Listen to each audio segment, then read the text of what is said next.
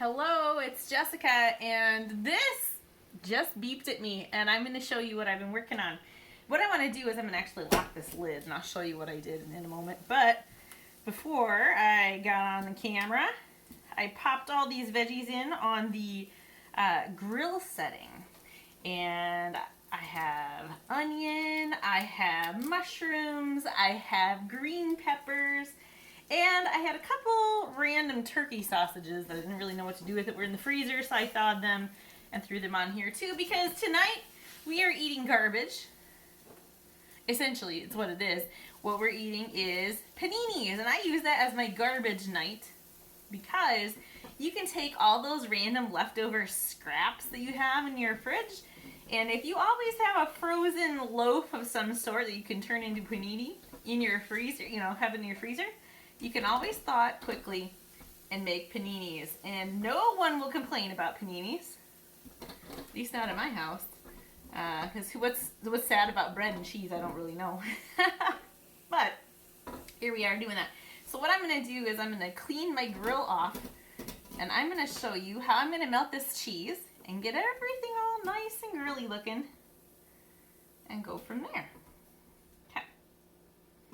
Now today I'm actually going to do an open faced, and the reason being is I have kids. Kids that don't have very big mouths. You know what? Maybe I will stack it. It seems to be small enough. I was thinking I was going to do an open faced one and then just melt the cheese because this grill can do that. So you can make like your own little pizza at home. And there's flat plates that can go in here, and there's also waffle plates. So while this is hot, I'll try to be really careful. There's a switch over on this side over here, and I'll show you kind of where I'm touching. It's over here, okay? And if you push the switch, what will happen is the whole thing flips over, and I have stuff over here and you can't see it, but the whole thing will flip. So you have two of these that you can be cooking on. So if you're doing like a lot of pancakes or whatever, you can do your flat one.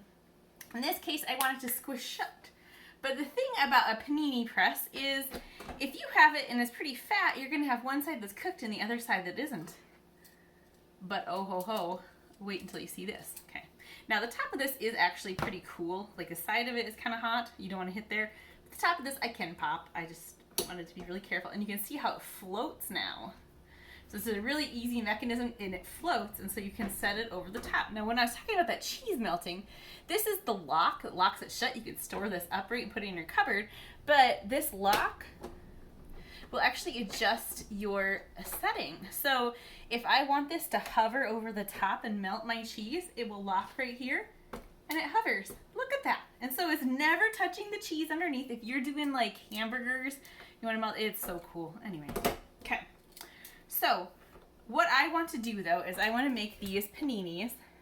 I am going to close it, but I don't want to just squash the snot out of it. So I have it locked so it's not pushing it super, super hard, but it's almost all the way going to be shut. So, or I will do that after I do the warm up, because after it runs its cycle, it will turn itself off, which I like in case you forget about something, but you can adjust the time. So like if you're doing a bunch of waffles, it defaults to like 8 minutes. It takes you a lot longer to do that. So I just changed the time length and set it for like 30 minutes so that I know I have plenty of time, and then I turn it off at the end. So you can do it that way too. But if you're wondering, how long would I cook it and what temperature, this is the perfect thing. So I'm actually going to turn to, it says end right now, so I'm going to push cancel. There, so you can adjust your time and your temp and all that kind of good stuff. I'm going to turn this to panini and push start. Now, you don't want to put your food in right away. It will always do a preheat. And it's preheating right now, and it's going around. It shouldn't take very long because we already did this. It'll give me time to show you what I already did. So what I bought at the store and had in my freezer and thawed is this cute little focaccia, okay? And I cut it in half lengthwise. And you're going to say, well, what is on top? Okay, so here's what I put on top. I spread some mayo on there, and I like real mayo. If you're a Miracle Whip person, God bless you, you can have some, okay?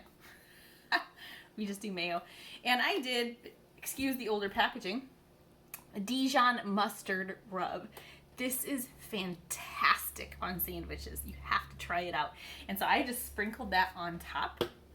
Nobody knows it's a mustard flavor, like, I mean, you can kind of taste the undertones, but like, it's not like somebody bites into it and goes, oh, there's mustard, and I have kids screaming and whatnot. So I like that. I like that a lot. So this is almost done preheating, and actually I might do a little cheat if it's not quite warm here in a minute, but I'll open it up and show you, and you can see it's already pretty much ready to go. I'm going to layer my things while it's still going. Now, normally let it go all the way, but I've had this on for a long time, so you wouldn't want to do that if it was completely cold when you started. And I'm going to load this thing full. Full, full, full. You know what? I might have to melt the cheese on top because I don't think I can fit it all in here. Guess I must have been hungry when I was assembling my sandwich. You can see it wouldn't take much for your leftovers. Like, you don't need a lot to make this stretch into a whole nother meal. And if you're a big family, you could easily turn this sideways like I'm going to do and do 2 full sandwiches. So that's not going to hurt a thing either. I lied. I'm not going to do an actual panini. I'm just going to put my cheese on top. It's going to work better. I was trying to figure out what this, there's a sizzle noise in the background. I'm trying these pre-cut, halved, frozen Brussels sprouts, so I didn't have to trim them or anything. You just open them up and cook them, but I'm hearing all that steam come off because it says to cook it at 450. So I tossed it in some olive oil, did some salt and pepper, threw some seasoning on there, and went from there. So, because of that, all right, we got that setting.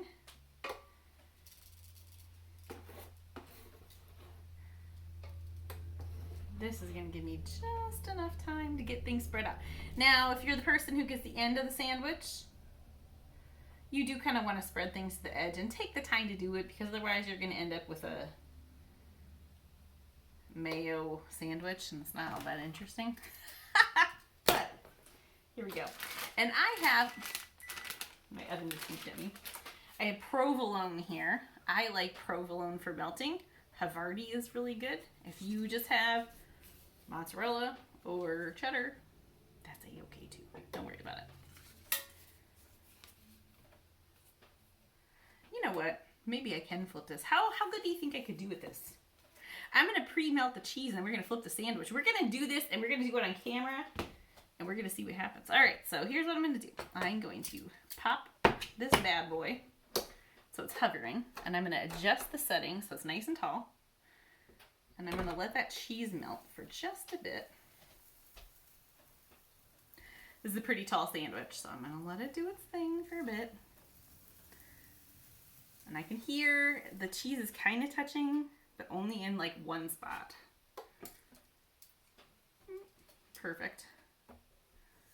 There we go. So we'll let it do its thing. While we're doing that, I'm going to test this. Not too bad. And I'll show you the finished product later on. It's going to be amazing, okay? So that's what you do. You throw your random stuff that you have, and if you don't have any leftover meat of any sort, grab some lunch meat, throw it on there. Use whatever cheese you have. Spread on some stuff on a bread. It doesn't even have to be fancy bread. Just use sandwich loaf, whatever you want to do. And make yourself an incredible sandwich out of leftovers. It beeped at me. I'm going to start my cycle and we're going to see how this goes. All right. Got that cheese kind of melted. I'm going to do my very best to see if I can flip the sandwich. Oh my gosh, I'm so nervous. It's going to be a disaster. Ooh. Oh, not as much as a disaster as I thought it might be. I did lose some of my stuffing though. And it is upside down, but that's okay. We're going to do this. Here we go. It has 2.5 minutes. I'm not going to make you sit on here. I will just show you the picture of the finished product. It will be fantastic. All right, we'll catch you later.